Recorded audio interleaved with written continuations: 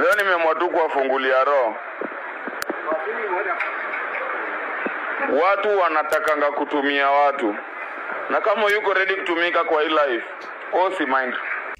You guys remember when I talked to you about Stupid Boy's story about how Oga Obinna and his team took him to rehabilitation, akakaa huko for 3 months, na venye alimaliza the 3 months alitolewa and then akarudishwa, na Oga Obinna akampatia accommodation, akasema atakuwa naishi na kina Munez, watakuwa wanaamka wanaenda gym, watakuwa wanampeleka hizo sessions za Obinna show, alana 1 or 2 things.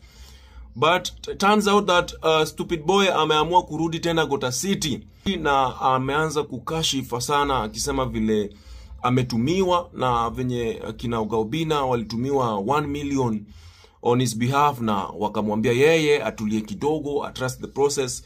Hiyo pesa hakupata. Ndio sasa mimi kukata kutumika. Obinna nilisikia akisema maybe Stupid Boy will talking about it. Wewe ukiwa mahali alafu uone 1 million imetumwa usaidiwe, alafu hao watu wako na 1 million wanakuambia trust the process, ngojea kidogo. Sasa Stupid Boy anajiuliza pale TikTok live, ameanza kuingia pale TikTok live akisema sasa yeye muziki amewacha na yeye ni content creator saizi, na akasema kama Obinna mwenyewe ameshindwa kutunza watoto wake na familia yake, yeye ndiye ataweza kumtunza.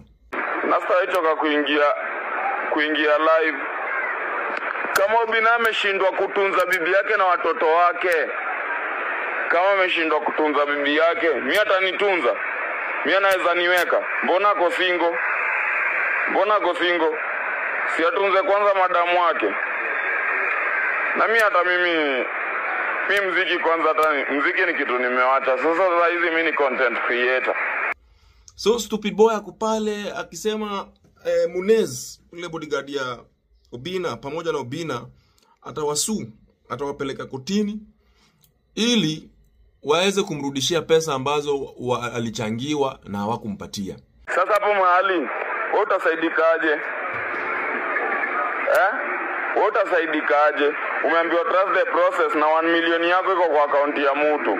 Alafu anasema tutamshughulikia video moja kama mtu ana haja na wewe. Na by the way, mimi Obinna na Munez nitawapeleka kotini. Yana si wadanganyi. And I know my rights. Na pia mimi babangu ni lawyer. Hata labda watu wanaona tu niko hapa.